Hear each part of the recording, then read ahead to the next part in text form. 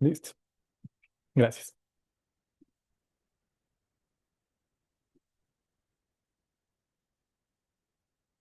Bueno, no, me encanta, me encanta, me encanta, porque además de notar que las terapias contextuales es precisamente lo que nos convoca, pues también noto la apertura que tienen para aprender de PAP y la integración, sobre todo con la humildad cultural. ¿Listo? Bueno, entonces partamos de lo siguiente y es, ¿qué es humildad cultural? ¿No? Humildad cultural y retomando también lo que decía nuestra compañera, pues hace referencia precisamente a esa actitud, ¿sí? A la actitud de,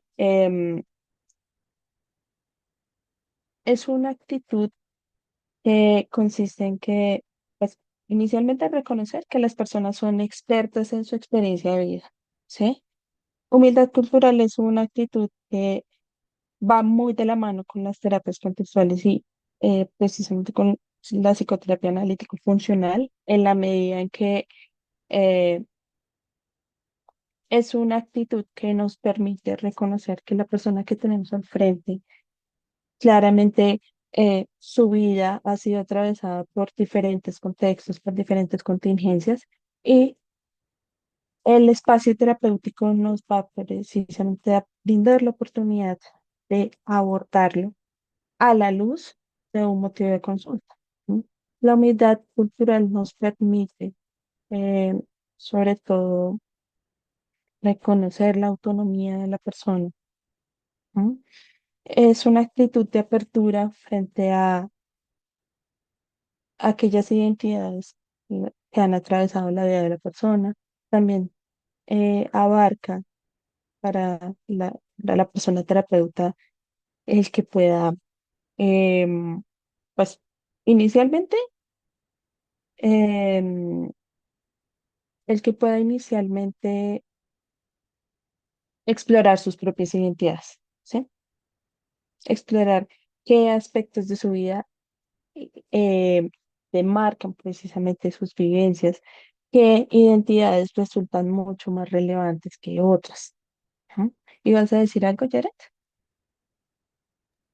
Sí, como a complementar, bueno, yo no sé si esto ya lo tenías pensado decir, pero un poco para dar un pequeño contexto como histórico del término humildad cultural, pues o sea, históricamente hemos pasado como por diferentes puntos en relación con cómo comprendemos la diversidad, cómo comprendemos la cultura, y esto viene, digamos, de un contexto principalmente como estadounidense, porque pues probablemente saben de lo mixto que es el contexto estadounidense en términos de culturas, es un lugar donde ha habido mucha migración, etcétera, etcétera. Y por lo tanto allá se han pensado eh, mucho al respecto de estos temas. Em, en algún punto se dieron cuenta que no era lo mismo em, como interactuar, trabajar con una persona que fuera como, digamos, por decirlo de alguna forma, entre muchas comillas, pero 100% estadounidense, que si es, digamos, como de ascendencia asiática o ascendencia latina, o si es afrodescendiente, etcétera. Y que esto era importante porque esto afectaba la calidad de los servicios que se entregan a las personas. En esta consideración, entonces, creo que se llega a un punto en donde se empieza a hablar de lo que llamaban competencia cultural.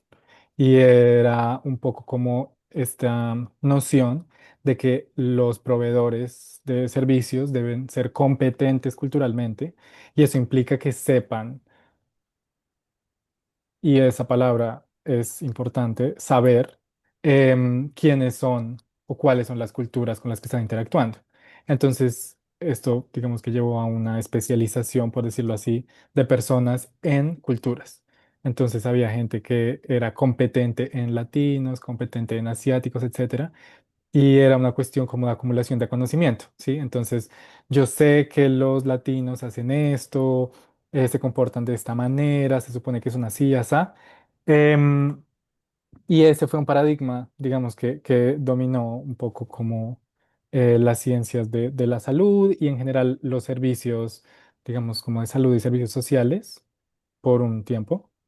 Pero se dieron cuenta que esto también llevaba como a un laberinto sin salida, porque por más de que tú estudies una cultura, todo lo que la quieras estudiar, y que te llames a ti mismo experto, experta en la cultura, em, cada persona es distinta y cada experiencia es distinta, que es lo que decía Sara un poco antes.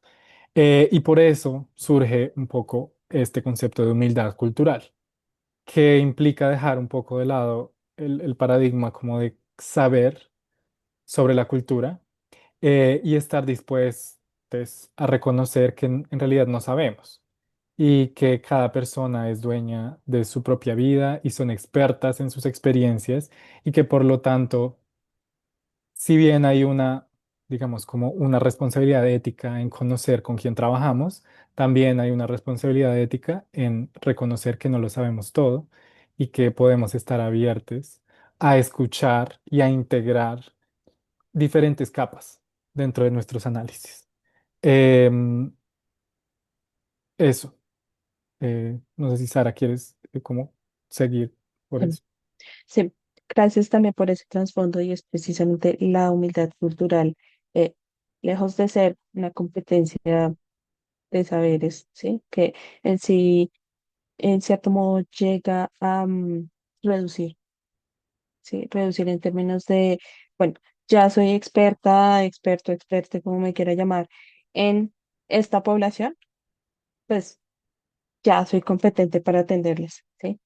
Y la humildad cultural que está incluida dentro de la orientación multicultural, lo que hace es, claro, puedes tener la experiencia, puedes tener conocimientos, incluso haber leído libros sobre la cultura y demás, pero no vas a llegar a tal grado de comprensión como que no sea posible seguir aprendiendo, ¿no?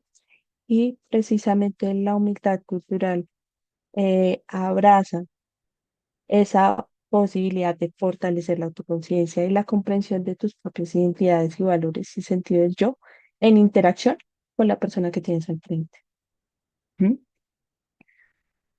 Entonces, otros pilares fundamentales de la humildad cultural, o más bien de la orientación multicultural, hacen parte, pues, por un lado, del confort cultural, de lo que hemos venido hablando, esa capacidad que tienen las personas también para explorar sus propias identidades y cómo estas identidades interactúan en un contexto.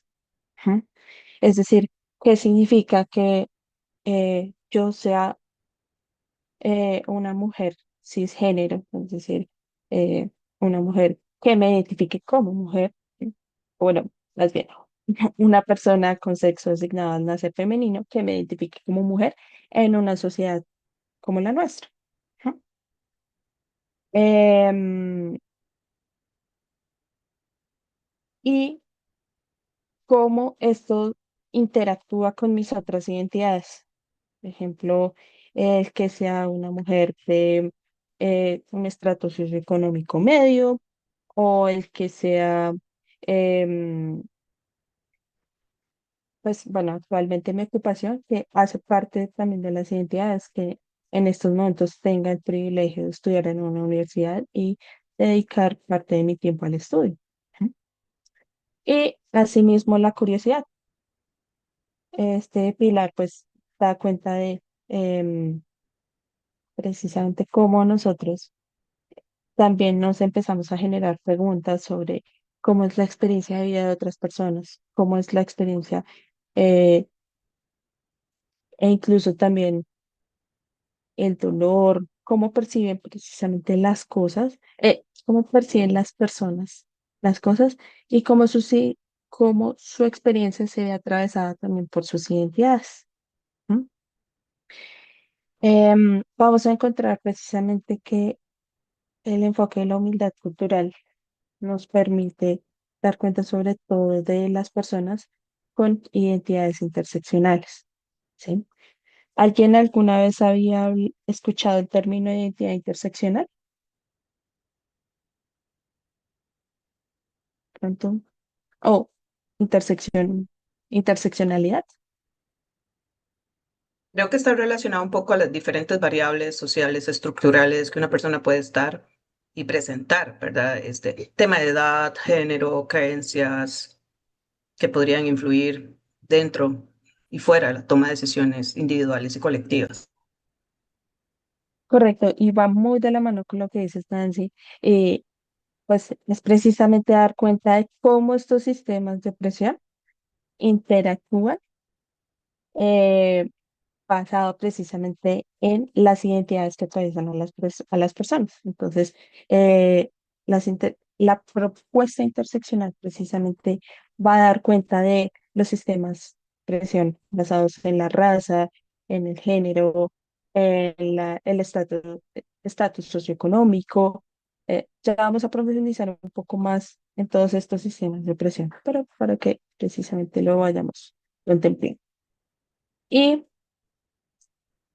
cómo precisamente em, estos aspectos interseccionales pueden llegar a em, incluso reflejarse dentro de la relación terapéutica. Es decir, cómo la persona que proviene de determinado contexto, cuya experiencia de vida está atravesada por sus diferentes identidades, eh, llega a sesión y da cuenta también de esas identidades que son visibles en su terapeuta, ¿no? Por ejemplo, aspectos relacionados con la raza del terapeuta, el género, em, bueno, aunque con la identidad del género uno puede asumir cosas, pero que en primera instancia tú puedas dar cuenta precisamente de esas identidades, como también afecta tu forma de comportarte hacia tu terapeuta. ¿Listo?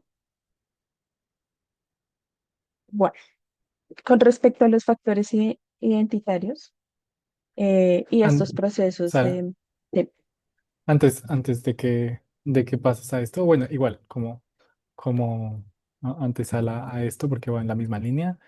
em, Quería añadir un poco como también contexto al concepto de interseccionalidad, porque pues, a mí me parece que es un concepto muy importante y central, y también tiene que ver con lo que puso Axel ahí en el comentario, y es que también, digamos, así como la humildad cultural, el concepto de interseccionalidad ha tenido una evolución histórica, y cómo nos hemos pensado digamos, las identidades y cómo esto afecta a las personas.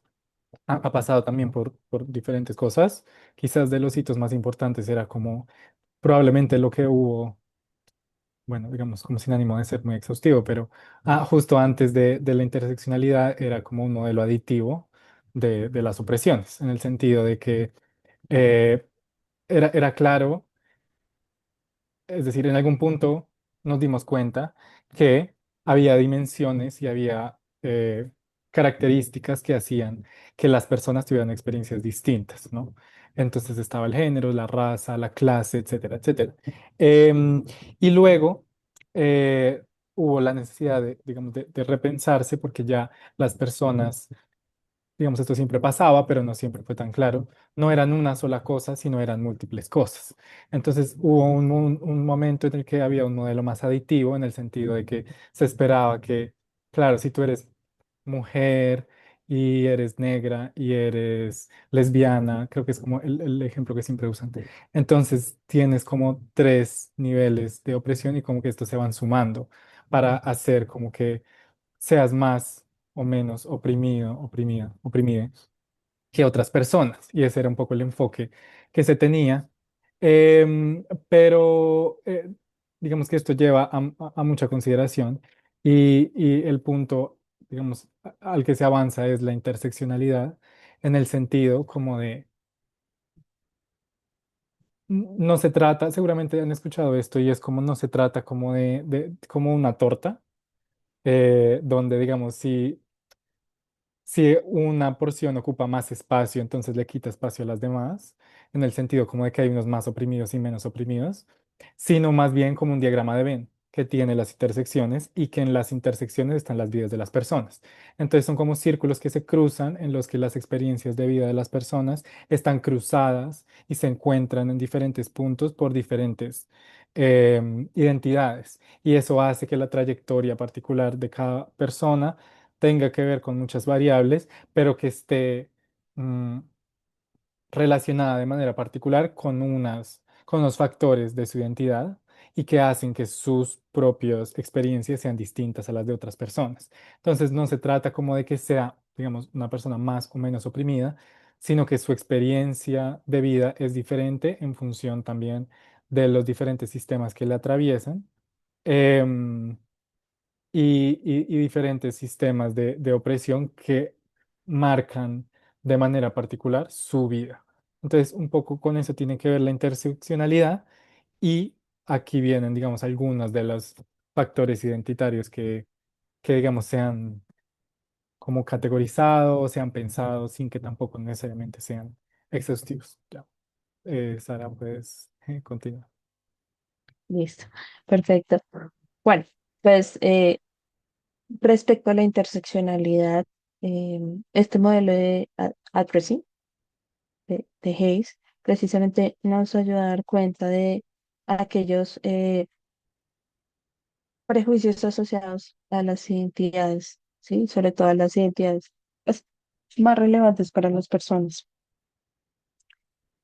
Con respecto a estas identidades, estos prejuicios asociados, pues más que, y como lo decía ayer, no se trata como de un efecto aditivo donde entre más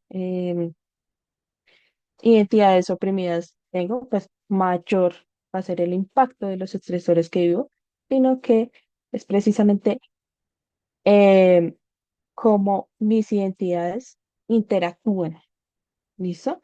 Porque claro, nosotros pensamos en cierto modo en cómo tener una identidad o dos identidades puede llegar a oprimir, pero también incluso puede llegar a brindarme acceso a recursos o a aspectos que con una identidad no podría acceder. ¿No?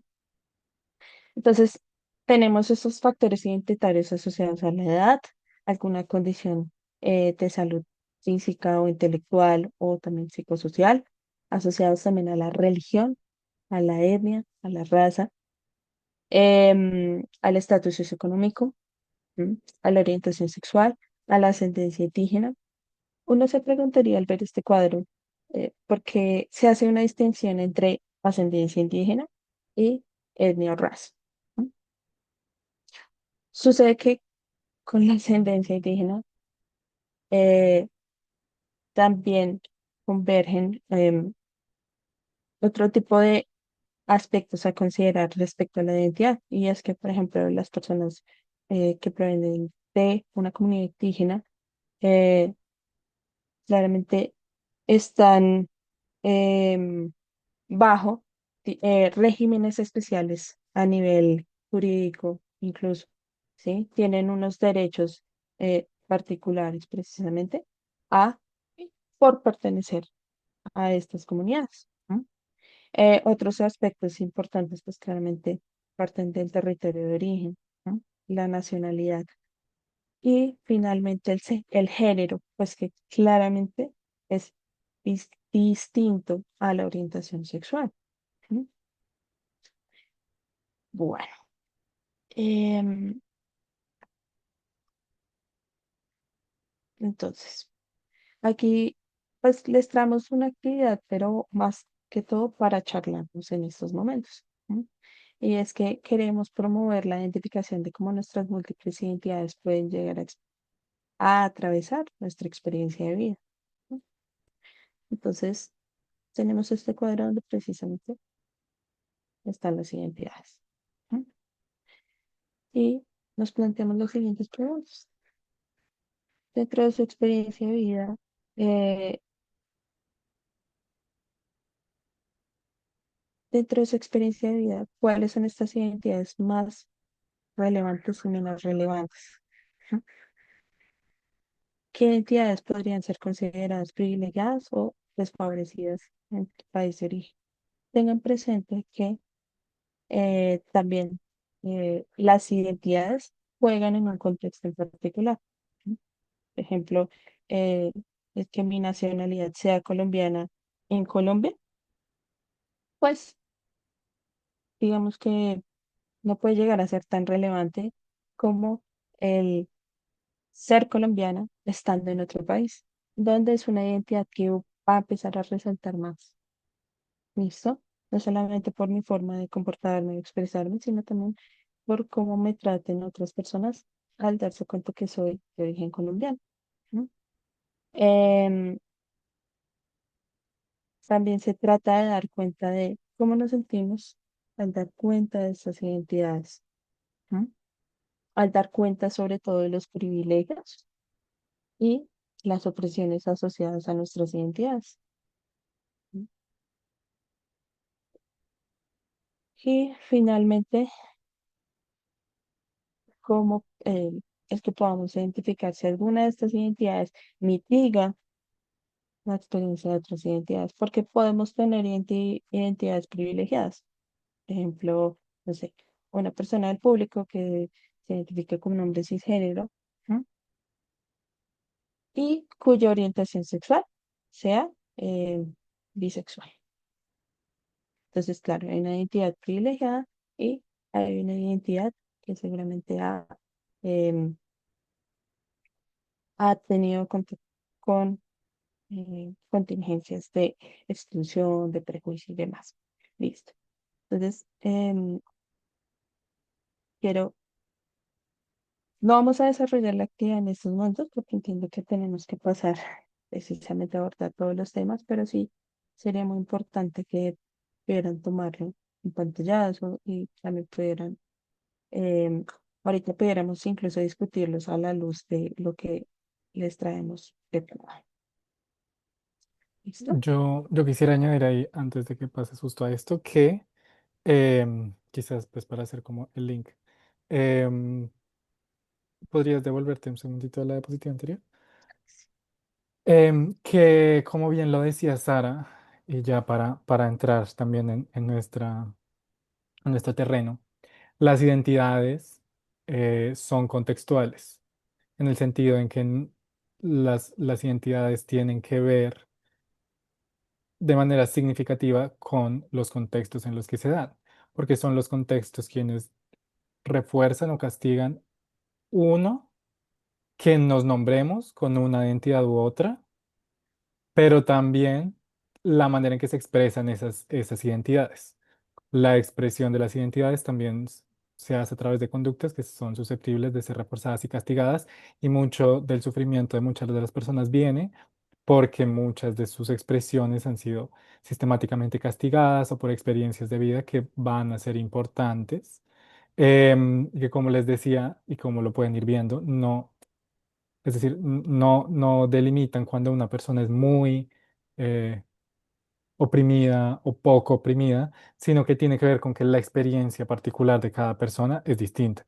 Y por lo tanto, la relación que ha tenido, la manera en cómo se nombra y, y digamos, la expresión de sus identidades ha sido diferencialmente reforzada, castigada, etcétera, em, por sus contextos, y ha sido diferencialmente reforzada y castigada en distintos contextos como la familia, las instituciones públicas, el colegio, la escuela, el círculo social, los amigos, la pareja, etcétera, etcétera.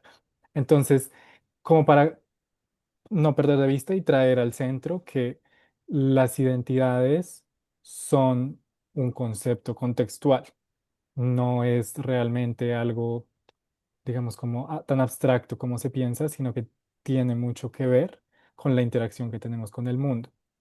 Y eso va a ser muy importante cuando entremos digamos, a ver y a tratar de entender las experiencias de vida de las personas. Entonces, esto creo que nos da una antesala para lo siguiente que va a traer Sara, que es hablar un poco de FAB. Listo. Bueno. Entonces, ustedes pueden ver en estos momentos claramente cómo los principios de FAB se alimentan de esta perspectiva culturalmente unida, ¿no? Particularmente, y- entonces, tenemos las reglas terapéuticas y también tenemos las conductas clínicamente relevantes. ¿Listo? Digamos que una formulación de caso alimentada por la humildad cultural nos permite establecer, bueno, de entrada, nos permite dar cuenta de cómo nuestras identidades empiezan a interactuar eh, con nuestros consultantes. Empiezan precisamente a incluso orientar la forma en cómo realizamos las terapias. ¿M? Como, bueno, en esta relación terapéutica que eh, es el vehículo de cambio comportamental, eh, como la discusión sobre las identidades también empieza a ser un elemento evocado. ¿M? Con la regla uno y las terapeutas, em, digamos que al nutrir su práctica de la humildad cultural, empiezan a dar cuenta no solamente de sus identidades, sino de las experiencias de vida que han alimentado, de las experiencias de vida y las identidades que hacen parte de ese sentido de consulta. ¿Sí? El que tú puedas dar una lectura mucho más precisa del contexto, de lo que significa para esa persona eh, tener este motivo de consulta y tener estas identidades. Por ejemplo, cuando viene una persona, un hombre a consulta, eh, precisamente porque se siente triste, pero no sabe por qué. ¿M? Y muy seguramente en el proceso puede que dé cuenta que está viviendo y está inmerso en un contexto sociocultural que progresivamente ha castigado su expresión de género. ¿Por qué? Porque eso no corresponde con lo que se espera de un hombre. ¿No? Más que, bueno, más que su expresión de género, es que ha castigado su expresión emocional, ¿no? A tal punto que no le ha entrenado, su comunidad verbal no le ha entrenado suficientemente bien como para nominar sus propias experiencias emocionales. ¿No? Em, Otro aspecto importante respecto a a la regla uno, ¿no? Y que también no lo cuestionábamos con Jared, y es precisamente qué pasa cuando nuestros consultantes eh, tienen identidades completamente diferentes a las nuestras. ¿No?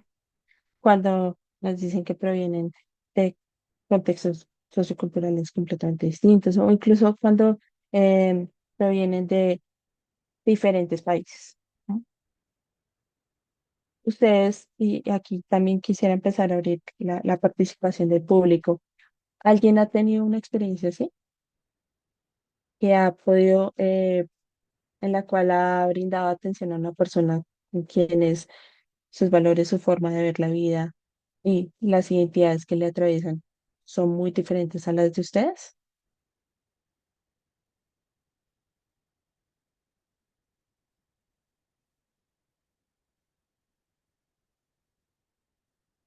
Cuéntanos, Yesenia. Es que sí me había pasado con un consultante hombre que sus valores y rozaba a lo ilegal, pero sin ser ilegal, y constantemente tenía que quedar callada porque estaba de que, ok, ok, ok. Sí me mueven muchas cosas, pero al mismo tiempo pero la sesión no se trata de mí, se trata de él. En ese entonces, hasta yo que ya conocí Fab. Es que él decía, es que yo no veo el problema de por qué todo el mundo me acusa si yo y ella estábamos de acuerdo de iniciar en nuestra relación. Y yo, era tu estudiante. Me lo tragaba bien feo porque era de, ok. no vamos a abordar ese tema, porque pues en teoría, según él, era mayor de edad y no había ningún problema y yo, que haya más de 10 años de diferencia, si hay un problema, no sé, como que a mí sí me movió bastante. Al final, sí trabajamos un poco sobre ese tema, pero lo terminó abandonando porque para él fue de, es que yo no tengo que cambiar, está bien como soy. Mi futura esposa está de acuerdo con eso y yo de... Ok, tú decides. Y ya después como que decía, no, es que como tú no quieres bajarme el precio, entonces tú eres la del problema y yo estaba de... Y era cuando apenas estaba iniciando, entonces sí me costó. Estaba así de ya no quiero. Ese y una persona que era muy religiosa, pero religiosa que quería que yo me metiera a su religión y yo estaba de, aquí estamos hablando de ti, no, no de mí. Y allí sí tuve que marcar el límite y referirla porque dije, no, no puedo, o sea, no puedo. Pero no sabía si teníamos que levantar el micrófono o no. En efecto, Yesenia, agradezco mucho lo que nos has compartido el día de hoy porque precisamente nos ayuda a ilustrar la aplicación de las reglas, ¿sí? En términos de cómo precisamente esta persona acude a ti, vamos con el primer caso y lo de esta forma y es cómo es precisamente esta persona acude a ti con ese motivo de consulta, con su postura, ¿sí? Y con ese malestar que percibe, pero el malestar de cómo lo pueden evaluar otras personas, ¿sí? Diferente a la lectura que él le pueda estar dando a la situación. ¿Sí? Y cómo incluso esta situación también se refleja en la relación de ustedes dos, en términos de la petición que te hace respecto a, eh, respecto a condiciones de la terapia. ¿Sí? Porque digamos que, claro, eso que supuestamente solamente está afuera, en realidad sí se termina reflejando entre ustedes dos. ¿Mm? Ahora bien, la forma en cómo tú te sientes, la forma en cómo reaccionas también frente a eso que escucha, hace parte de cómo, eh, hace parte incluso de empezar a aplicar los principios de las terapias. ¿No? Aquí también ahora la pregunta del público es, ¿cómo en este caso de Yesenia, eso que siente y eso que piensa puede ser parte de la aplicación de las terapias? ¿A alguien se le ocurre algo? Parte de la aplicación de las reglas en particular. Talibán. Escuchando a Yesenia como tal, no he estado en la misma situación, pero una muy similar.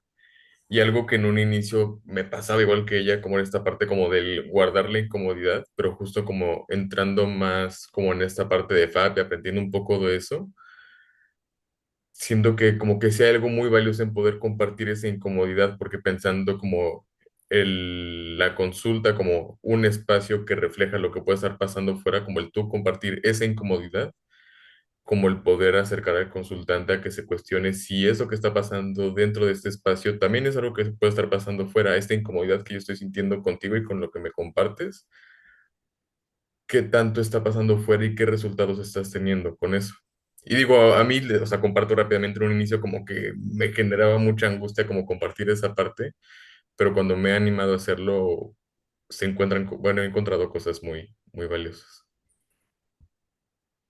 En efecto, Iván, y para allá precisamente es como uno, que tú notes ese efecto que esta persona tiene en ti y al mismo tiempo notes cómo tu experiencia puede reflejar a la comunidad verbal de la persona, ¿sí? Como también el que tú reflexiones sobre eso que sientes puede llegar a ser lo que podrían sentir otras personas afuera cuando esa persona se refiriera de esa forma. ¿No? Eso por ese lado. Y al mismo tiempo también traerlo a la conversación. ¿No? Que puede dar pie precisamente a más interacciones en consulta, más interacciones evocadoras. Eso por ese lado. Y claramente, pues, Yesenia, en consulta también algo importante a identificar y es precisamente, lo estaba pensando justo ahora, y es como en cómo tu posición de una mujer, perdón, asumo que eres, o sea, que te identificas como mujer, ¿verdad? Como mujer, Sí, sí, me cisgénero, identifico como terapeuta, mujer. correcto. Eh, y pues claramente en este contexto de consulta, si bien tenías este rol de terapeuta, pues al mismo tiempo tu experiencia de vida está atravesada por eh, el género. El género, y pues la diferencia que tenías con tu consultante, el género hombre, ¿no? Allí también empiezan a jugar estos factores. Y, importante, como tu experiencia de vida, como estos contextos de aprendizaje te enseñaron a responder a este tipo de situaciones. ¿No? Como ahí es como para pensarnos, Jared. Sí, un poco para añadir a lo que estaban diciendo es, a mí lo que me parece muy interesante también de esto y que está un poco como a la base de lo que es FAP es que eso que tú ves, es decir, cuando te encuentras con este hombre y están hablando y te está diciendo estas cosas, eso que está pasando, eso que te está diciendo, estás viendo su historia de aprendizaje ocurrir ahí. Y es una historia de aprendizaje que estás viendo a través de tu propia historia de aprendizaje también, porque él ha sido socializado de una forma y tú has sido socializada de otra. Y entonces es en ese lugar en el que están interactuando las dos historias. Y por lo tanto, las conductas que él emite digamos, son producto de lo que ha aprendido a lo largo de lo que ha vivido. Y también las reacciones que tú tienes eh, pueden ser conductas que también has aprendido, que han sido asociadas, etcétera, etcétera. Y por eso también, digamos, para decirles que esto no es fácil. Esto suena, digamos, y es muy chévere, es muy bueno, muy interesante, pero no es fácil porque justamente llegamos con nuestras propias historias, pero se alimenta, creo que por ejemplo, PAP como terapia se alimenta de eso para ver cuál es ese efecto que produce en nosotros. Em, También decir, porque creo que es como una cuña que hace falta, que a mi modo de ver hace falta hacer más seguido, y es que como decía Sara, a veces tenemos un poco el rol de la comunidad verbal y de que esto que lo que nosotros experimentamos puede ser similar a lo que experimenta su comunidad verbal y por eso es posible que sea una de las razones por las que viene a consultar, ¿no? Porque aunque no sepa exactamente qué es lo que está pasando, su comunidad proporciona como unas consecuencias que generan un poco esta demanda de venir. Sin embargo, no siempre somos parecidos a la comunidad verbal y su comunidad verbal particularmente puede reforzar ciertas cosas que son distintas a las que nosotros reforzaríamos, etcétera. Y también que esto, por supuesto, también tiene un momento y un lugar, porque no podemos, digamos, no hay nada que se pueda hacer con algo que alguien no quiera cambiar. Y ese es un principio de cualquier terapia, diría yo, pues basada en el cambio, etcétera. Y es que habrá muchas cosas también que nos interpelen, pero que si la otra persona no tiene una intención de cambiar, pues va a ser mucho más difícil. Es decir, o sea, como que para decirles que o sea, esto implica un trabajo y es un trabajo complejo y es un trabajo que se podrá hacer a veces y otras veces no, en el sentido como de habrá cosas que aparezcan que querramos analizar desde el punto de vista del cambio pero no siempre será posible cambiarlo porque a veces la gente no tiene intención de cambiarlo. También porque, como decíamos, su comunidad, digamos, esto, a ver, se mantiene también como por las contingencias, porque esto también es muy reforzante, las identidades privilegiadas y los sistemas, digamos, de opresión digamos, si lo tradujéramos funcionalmente, pues lo que hacen es reforzar todo el tiempo muchas cosas, ¿sí? O sea, el sistema, digamos, como más macro, nos refuerza, digamos, a nosotros los hombres un montón de cosas que a las mujeres no. Y que recibimos reforzamiento por unas cosas que son cuestionables, digámoslo, por no entrar tampoco en muchos detalles. Entonces, habrá cosas que se pueden cambiar, otras que no. Em, y sin embargo, pues siempre va a ser importante que, como decía Sara, tú puedas notar al menos lo que está pasando y cómo también eso que pasa y eso que tú experimentas es el producto de la interacción entre dos historias de aprendizaje. Esa es un poco mi opinión. No sé, Sara, qué opina con respecto a esto o si alguien opina algo diferente o no sé. Bien, claramente lo que has destacado es muy importante y es claro, las reglas terapéuticas como tal nos ayudan a vernos como ese barómetro, ¿sí? Em, Aunque me gusta más entenderlo como ese espejo. Nosotros reflejamos cómo la comunidad verbal podría llegar a responder, ¿no? También dentro de la aplicación de las reglas es muy importante que tú identifiques si lo que podrías llegar a sentir, responder, pensar, incluso refleja lo que otras personas podrían hacerlo, ¿no? O si también refleja también aspectos muy idiosincráticos, ¿sí? Es decir, aspectos de que solamente en tu historia de vida em, tienen sentido, pero que probablemente otras personas no responderían de esta forma, ¿no? Y haciendo también uso de estas reglas, precisamente dar cuenta de eso, dar cuenta de aquellos elementos que en tu respuesta pueden llegar a reflejar, em, bien sea pues, dificultades o incluso conflictos propios, ¿no? Dificultades también a nivel interpersonal, ¿no? Bueno, eh, si quisiera seguir con presentación, déjame ver acá. Bueno, otros elementos que quiero añadir respecto al awareness del terapeuta es precisamente cómo podemos nutrirnos para aplicar precisamente la regla 1. Las recomendaciones eh, para la aplicación de la regla, principalmente de la regla 1, es estar atentos, atentas, atentas a las situaciones en terapia, ¿no? Lo que tú ahorita, Yesenia, nos compartías, y es como otro aspecto evocador fue la tarifa que estabas cobrando, ¿no? Otro aspecto que también puede llegar a ser evocador, tus reacciones genuinas, tus identidades, sobre todo las identidades sobresalientes. ¿M? Em, Aspectos vinculados con con la modalidad del trabajo que están haciendo o incluso también con em, si te vas a tomar un periodo vacacional o no. ¿M? Entonces, dar cuenta precisamente de esas situaciones que naturalmente en terapia pueden llegar a ser evocadores. Otros elementos importantes parten también del... em, ay, se me va, se me va.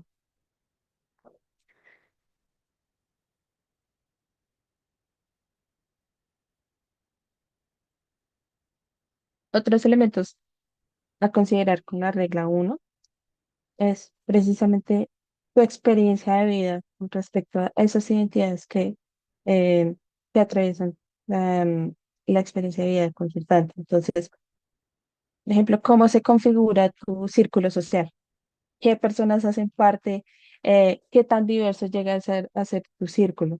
¿M? Todas las personas, o bueno, las personas con quienes te juntas tienen algún tipo de tendencia o comparten contextos en común, o por el contrario, em, llegan a interactuar en diferentes contextos, te cuentan experiencias y cosas que pues definitivamente se salen, sí, como que se salen o incluso pueden llegar a diferir de lo que podrían contar o de lo que podrían compartirte en otros círculos cercanos. ¿No? Mm, es por ese lado. La invitación con esta regla es que si ustedes llegan a tener consultantes con identidades eh, diferentes o incluso también con elementos identitarios que ustedes desconocen, pues puedan acercarse con una postura culturalmente humilde, ¿sí? En el que lejos de em, incluso llegar a hacer eh, cosas para tratar de ser un experto en el área, pues precisamente puedan darle apertura a la información que pueda alimentar la conceptualización de caso, también que puedan darle apertura a esas formas de conocimiento, no necesariamente académicas, que puedan darte cuenta de cómo viven las personas de esta cultura o de esa identidad, ¿sí? Por ejemplo, que puedan alimentarse a través de los podcasts, que puedan, que puedan llegar a informarse a través de, no sé, redes sociales, incluso también el poder hablar con personas que tengan identidades similares. ¿Sí? Esta regla precisamente se nutre de esto. Sí, no, Jared. Em, no, es que estaba pensando que tal vez lo digo después. O sea, si quieres termina y lo digo después. Listo. Bueno, junto con la regla uno viene la regla 2 y es cómo, ahora que has observado y has identificado estas posibles CCRs, pues em, pueden llegar a surgir en sesión. ¿Mm? Como precisamente eso que pasa afuera puede llegar a trasladarse en la relación de ustedes dos. ¿Mm? En ese orden de ideas, también quisiera como invitar al público, si quieren podemos coger el caso que nos estaba mencionando Yesenia, o podemos también analizar otro caso eh, para poder también seguir hablando del abordaje de las reglas, ¿sí? Y cómo pues la perspectiva culturalmente humilde puede llegar a integrarse en la aplicación de las reglas.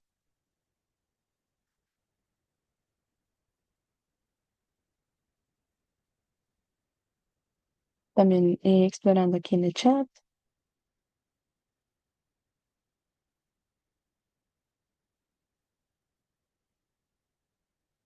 Ah, bueno, antes que nada, ¿alguna pregunta que tengan hasta acá, algo que no haya quedado claro?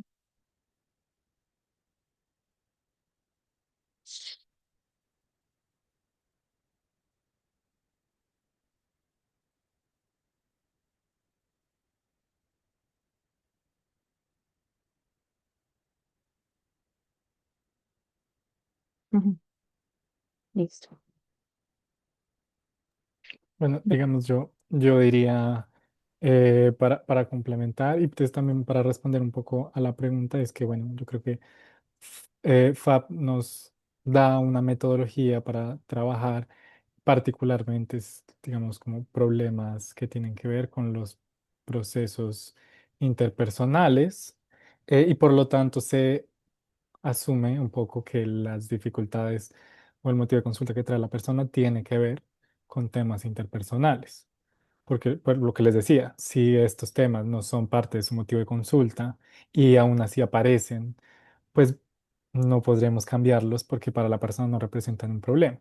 Digamos, con todas las discusiones, digamos, más grandes que eso puede significar, pero es un poco así, ¿no?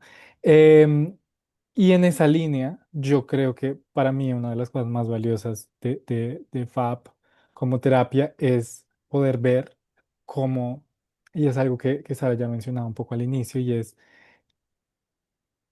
algunos de los efectos más importantes y más significativos que tienen los sistemas de opresión sobre las personas son interpersonales, porque además se dan en un campo interpersonal. Sí, como yo les decía, los contextos, las personas, los amigos, las parejas, los desconocidos, etcétera, la gente, cuando eres una persona diversa, eh, castigan muchas cosas, refuerzan diferencialmente otras. Hay muchas reglas sobre lo que se supone que es una persona diversa, sea, o sea, llámese diversidad sexual, diversidad de género, diversidad funcional, neurodiversidad, diversidad racial, etcétera. Y por eso, digamos que mucha de la opresión se da en un campo interpersonal. Y muchas de las personas cuyas vidas están atravesadas por las diferentes, eh, digamos, identidades, tienen, digamos, unas conductas a nivel interpersonal que son por las que vienen. Y a mí me parece que eso es súper valioso porque, digamos, que desde FAB nos permite también hacer cosas y orientar al cambio. Em, Y es un cambio que particularmente, es decir, todos los problemas interpersonales creo que están particularmente mm, como a la base de la identidad de una persona, sea que lo consideremos diverso o no, eh, porque casi todo lo que somos se da en interacción, pero particularmente cuando son personas diversas, muchas de las experiencias, si no todas, han estado cruzadas como por esas interacciones y por lo tanto hay muchos problemas que son interpersonales, ¿sí? Entonces hay muchas cosas que aparecen como el ocultamiento, como digamos, el escape, digamos, como de ciertas experiencias, la supresión en términos como de inhibirse para decir cosas, para expresar ciertas cosas, o de pronto una respuesta mm, cuya intensidad puede, digamos, no corresponder con, digamos, los parámetros del contexto, etcétera, etcétera. Es decir, hay como muchas morfologías a través de las cuales podemos ver esto, pero si nos podemos a pensarlo, digamos, los sistemas de opresión tienen unos impactos interpersonales significativos. Es decir, por ejemplo, yo puedo hablar, digamos, como desde mi experiencia como persona diversa, y es que en muchos contextos a uno le dicen qué puede hacer y qué no puede hacer. Si tú hablas de cierta forma, te comportas de cierta manera, entonces va a haber unas consecuencias distintas. Entonces la gente te va a, digamos, como que te va a dar atención por unas cosas, entre comillas, por otras van a estar mal vistas. La gente también va a asumir cosas cuando tú entras a un lugar o digamos cuando eh, simplemente te ven y ven que tienes unas características particulares que están asociadas con unas ciertas cosas. En términos, digamos, de las relaciones de pareja, pues las relaciones de pareja, bueno, por ejemplo, en términos de la diversidad, digamos, sexual, de género, sexoafectiva, etcétera, las relaciones también están, digamos, marcadas por unas ciertas dinámicas y unos, sí, como unas em, conductas también de mucha, digamos, donde hay mucha centralidad, por ejemplo, digamos, de lo erótico, ¿no? De lo corporal, de la sexualización. Y eso tiene, digamos, unos impactos también en la manera en que las personas se presentan, expresan su identidad, etcétera, etcétera. Y estas son cosas que están en todas partes, ¿sí? Y es un poco lo que decía Sara, y es que en este sentido, lo que sucede afuera también sucede en sesión, es decir, como que es funcionalmente equivalente lo que puede estar pasando a lo que sucede afuera, porque es también así como se ha aprendido, ¿sí? En las interacciones con otras personas. Las familias, por ejemplo, en nuestros contextos colombianos, muchas familias son muy tradicionales, y ahorita, bueno, en estas épocas de, de política, pues sabemos que hay también unos contextos que son muy machistas, muy homofóbicos, muy violentos, y esto, digamos, se refleja también en las interacciones que tienen las personas con sus familias, con sus grupos, etcétera. Y por lo tanto, digamos que yo creo que esto que trae Sara se podría aplicar, eh, bueno, no, yo creo que se podría aplicar, no, se aplica realmente de una manera muy interesante cuando trabajamos con esto, em, por lo, por lo, es que no sé cómo decirlo, pero por lo particularmente interpersonales que son estas cuestiones de identidad, por la manera en que han sido adquiridas. Correcto. Yo también en estos momentos quiero abrir un poco la participación del público y es cuando les digo que la terapia precisamente nos invita a abordar nuestras identidades, incluso a discutir nuestras identidades en sesión. ¿Ustedes antes lo habían considerado dentro de su práctica clínica y poder abordar estas diferencias culturales o incluso el abordar em, las identidades de las personas que tienen al frente?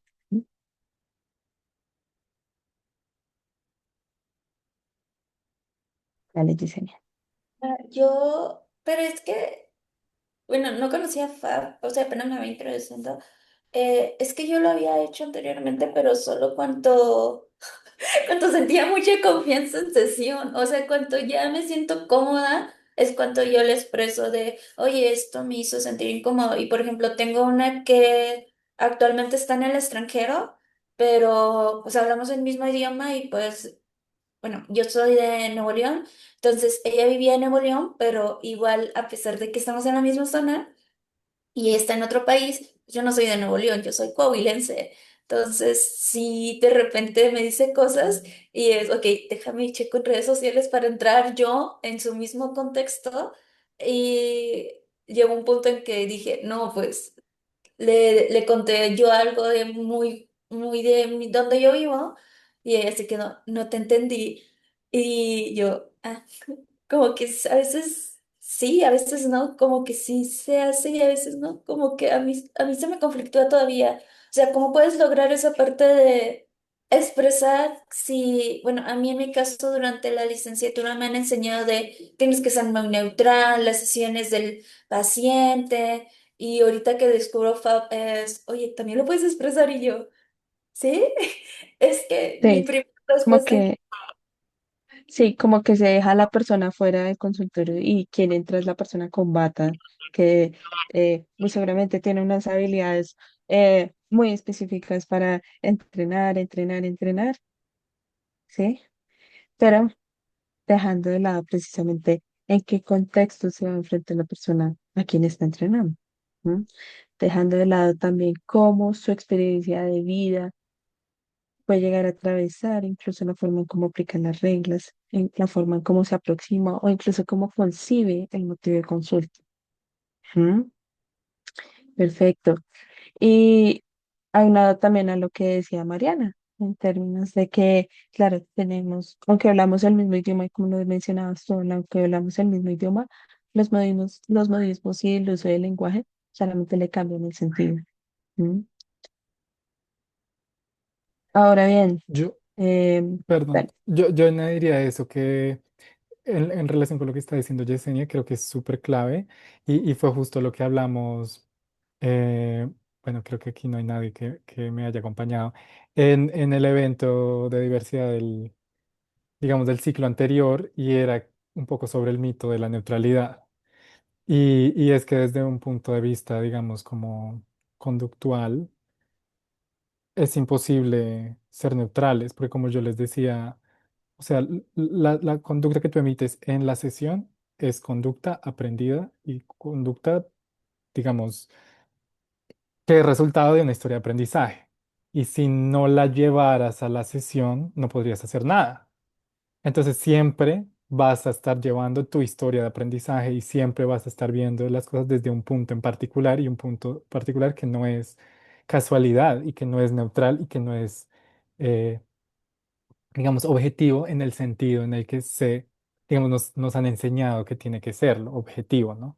Como que yo lo veo desde este lugar, es que no puede ser, o sea, literalmente no es posible porque pues todo lo hemos aprendido en esta interacción y la manera en que estamos en la sesión es una reproducción pues, digamos, de nuestra historia de aprendizaje. Y lo mismo ocurre para la otra persona. Entonces están dos, era lo que les decía justo antes, están dos historias de aprendizajes encontradas y que están interactuando y que además están proveyendo consecuencias en ese mismo momento.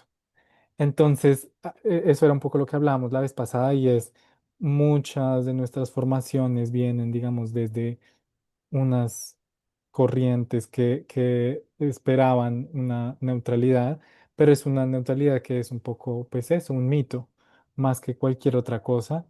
Eh, sí, Iván. Bueno, escuchando las participaciones, yo quería preguntar, o sea, porque en un inicio, al conocer FAB, o sea, no querer decir como que es una herramienta más que sumo a, pero a la vez sí como un abordaje más humano para los consultantes, toda esta parte, pero una duda que me surgía es qué tanto también es como, ¿cómo decirlo? Como una forma de hacer las sesiones más llevaderas para nosotros como terapeutas que también somos personas, no sé qué tanto, cómo preguntarlo. O sea, si sí podemos tomar ese foco y qué tanto tal vez de repente pueda caer en un descuidar algo, es un poquito mi duda.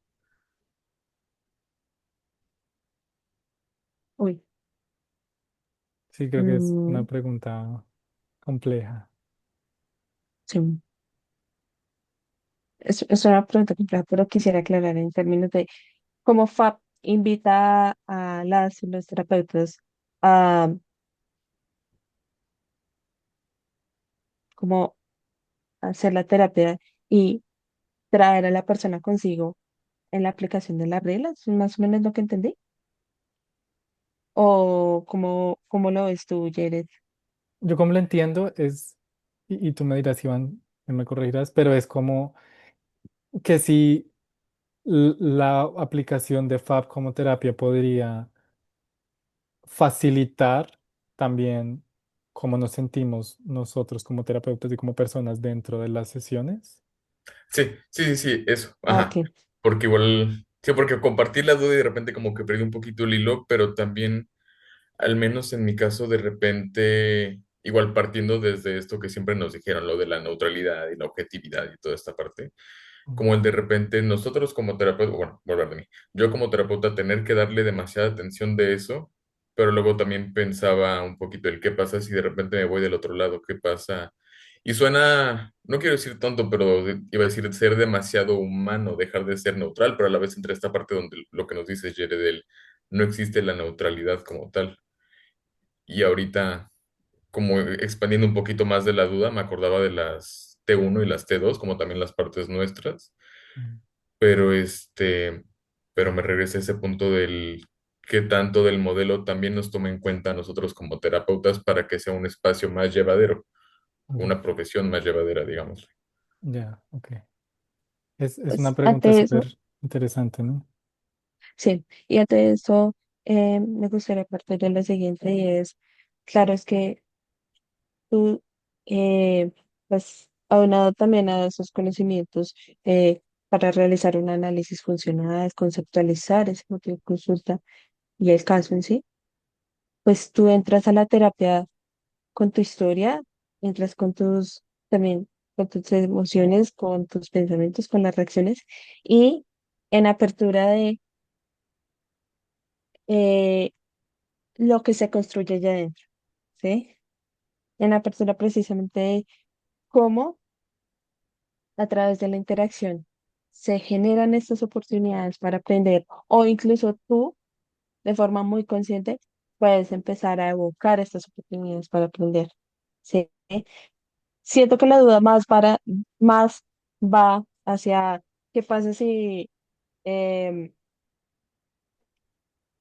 no sé, por estar, bueno, por tener en cuenta nuestra historia de aprendizaje y de pronto despegarnos de ese rol neutral, terminamos yéndonos como al otro extremo, en términos de dejar de lado los principios conductuales y eh, concentrarnos precisamente en la interacción, ¿cierto? Va como más para allá. Es precisamente con el uso de las reglas. ¿sí? El que tú, claro, puedas compartir la forma en cómo eso que te dice eh, le consultante te puede impactar a ti y al mismo tiempo explorar, o bueno, al mismo tiempo reaccionar explícitamente, dejarle saber cómo te sientes y explorar cómo eso lo recibe, cómo, cómo la persona lo recibe, ¿sí? Entonces, como el uso de las reglas también te va a ayudar a clarificar cuál es el efecto que tienen que tienes en las personas, ¿sí? Sobre todo también eh, teniendo de base esos objetivos por los que las personas vienen, ¿sí? ¿Qué cosas desean aprender y cómo tú puedes construir estas oportunidades de aprendizaje a lo largo de las sesiones orientadas precisamente a estos objetivos, ¿sí? Entonces, claro, entras como persona a la sesión y al mismo tiempo teniendo en cuenta en qué se enmarca el proceso terapéutico.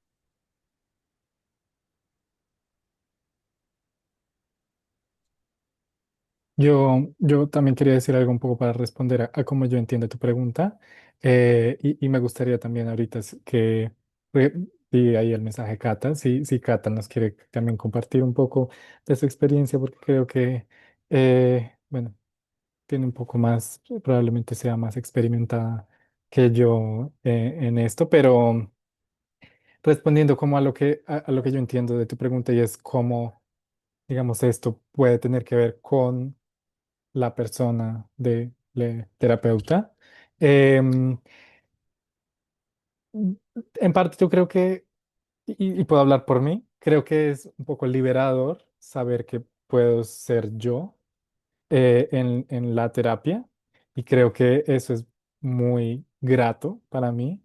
Em, pero es una, ¿cómo decirlo? Como una bendición y una maldición a la vez, porque es muy difícil también. Y porque mucho, por ejemplo, nuestras supervisiones son muy orientadas a ver nuestra propia conducta, nuestra propia humanidad y a revisarnos y nos confronta todo el tiempo con nosotros mismos. Y como les decía, nosotros somos una historia de aprendizaje y también tenemos que ver cómo las conductas de otra persona impactan y todos tenemos nuestras cosas, nuestras formas en las que hemos aprendido a responder a ciertas cosas. Em, Uno tiene que ser muy vulnerable, por ejemplo, para reconocer a veces que lo que estoy escuchando me duele o que esto que estás pasando yo también lo siento contigo. O sea, necesita que uno sea, por ejemplo, muy vulnerable y si te cuesta hacer eso, va a ser difícil. También necesita que tú puedas como identificar ciertas cosas y como alzar la voz, entre comillas. Y si eso es algo que te cuesta, también va a ser muy difícil. Entonces creo que también la aplicación de la terapia te confronta a que tú también tienes que, digamos, permitirte ser moldeado por la otra persona y también en la medida en que estás aprendiendo a sí, pues estar abierto a que tu conducta sea moldeada porque, porque sí te confronta mucho. O en mi experiencia, para mí, pues ha sido un poco eso. O sea, hay un lado que sí es liberador y que es como muy chévere de saber cómo este es un lugar donde uno puede presentarse mucho más humano. No tengo que ser, como decía Sara, la persona, doctor con la bata que a propósito odio las batas, pero bueno. Em, Así en el consultorio con su librito y su esfero, y puedes ser tú, y ni siquiera es puedes, sino tienes que ser tú, pero esto también tiene unos retos grandes. Entonces, en lo que tú decías, Iván, por ejemplo, es la T1 y la T2, em, gran parte de la aplicación también tiene que ver con las propias habilidades interpersonales de los terapeutas. Y por eso te confronta. Y por eso, para mí, por ejemplo, en lo que llevo haciendo esto, es casi una terapia, no sé cómo vaya a sonar esto, pero es casi una terapia bidireccional, en el sentido de que tú también estás cambiando cosas, tú también estás cambiándote a ti, em, pero por supuesto, digamos que tienes un rol cualitativamente distinto al que tiene la otra persona y eres tú quien orienta esto y, digamos está en función de los objetivos de cambio del cliente, del consultante, etcétera. Em, pero independientemente, tú también vas a estar interpelado y tú también vas a cambiar. Y tienes que cambiar para poder también ajustar tu repertorio a las demandas de los consultantes. Entonces, eso un poco, pues, de cómo yo entendí tu pregunta y no sé si de pronto, Cata, quisieras tú compartirnos un poquito de tu experiencia, tu sabiduría. Poquita y se hace lo que se puede con toda la humildad, pero no, yo no podría decir nada más diferente a lo que ya escribía en el chat y creo que es súper coherente con lo que ustedes decían. Es como que en últimas hacer FAB implica tu humanidad al 200% y que entrar a la consulta pues implica como un lugar de cuidado y un lugar como sagrado donde tú genuinamente puedes ser tú sin salirte del rol de terapeuta y lo que implica el hacer el análisis y como decía Sara, poder hacer uso como de las reglas y lo que está allí dado en términos de los principios que sostienen en FAP, en términos de lo que hacemos y de la modificación de conducta misma, pero sin dejar de sostener al otro.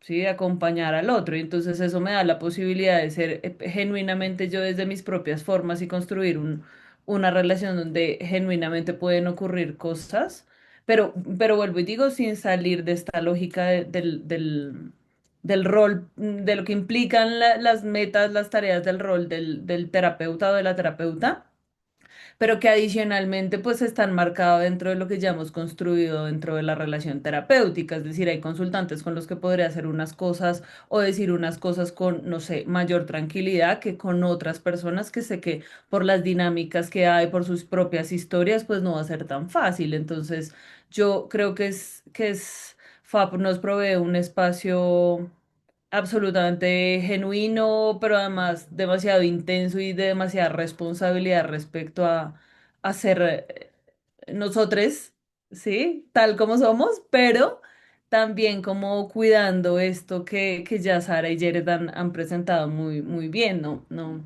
sí, no tendría más que sumar a ello. Yo creo que es como yo siempre lo resumo así, aprender a estar desde hacer análisis de conducta, pero cuidando y sosteniendo a quien me acompaña en ese espacio terapéutico. La relación no termina siendo jerárquica en últimas. Gracias, Cata. Y me gustaría añadir algo importantísimo.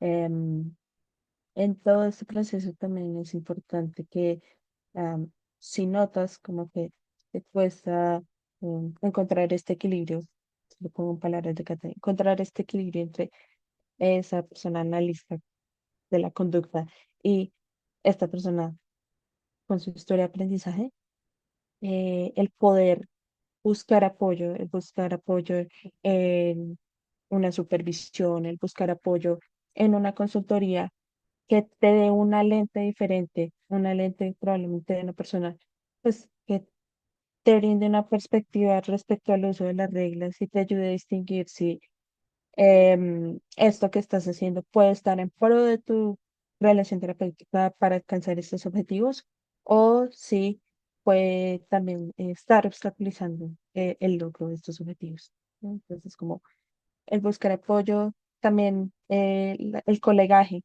el que puedas también tener una perspectiva diferente, compartida con tus compañeros, pues claro, siempre y cuando la relación terapéutica te permite hacerlo, siempre y cuando la persona que está consultando, pues también admite que puedas compartir precisamente los detalles del caso. ¿Mm? Eso quisiera añadir.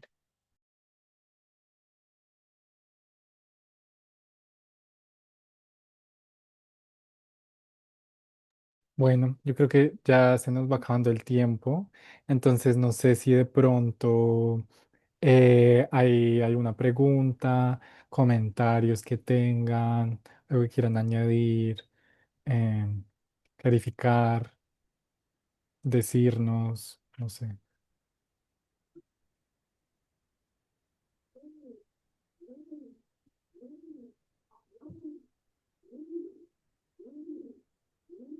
Sí, claro que sí. ¿Me puedes dejar tu... Bueno, perdón, respondiéndole a Yesenia. ¿Es posible compartir la presentación? Ustedes les agradecemos la participación que nos pues, que han tenido, por supuesto también esta disposición y esta apertura de conocimiento. Gracias también por ser parte de estas actividades de la ACS y también por dejarme ser parte de estas actividades. ¿Listo? Y Cata, y capítulo de la ACS. Sí, gracias a todos por conectarse, por participar de estas actividades, pues que también nos pensamos desde el, digamos, como el eje de diversidad, de tener como este espacio que queríamos que fuera un espacio abierto, como de discusión, de conversación, eh, que sea como un encuentro también de muchos saberes, de muchas experiencias. Por eso también este espacio permanece y por lo pronto permanecerá abierto también para que quien quiera aprender un poco más, conectarse y conversar sobre estas cosas, pueda hacerlo. Em, el próximo mes se vienen otras cosas, tengo pensados algunos otros espacios y bueno, también obviamente inspirados como en la conversación que tuvimos hoy, habrá otras propuestas y otras cosas que iremos viendo, pero pues nada, agradecerles su permanencia, su participación y su presencia acá. También invitarles, bueno, ahí ya lo dijo Cata. Bueno, no, bueno, en la encuesta de investigación, pero también iba a invitarles a las otras actividades que tenemos desde el capítulo, abiertas. ¿Queda alguna más abierta, Cata? No me acuerdo. Sí, la de investigación, el conversatorio que va a haber sobre investigación, evidencia y desarrollo en FAP, este espacio es abierto. Y acá hay Eso. algunas personas que también hacen parte del capítulo con sus membresías activas, que recuerden que tenemos consultoría de FAP mañana nuevamente con el doctor Oscar Córdoba y tendremos las dos sesiones de laboratorios de habilidades que también son exclusivas para miembros, entonces para que lo tengan presente. Eso, bueno, con mucho gusto a las personas que han puesto mensajes por el chat. Voy a parar de compartir,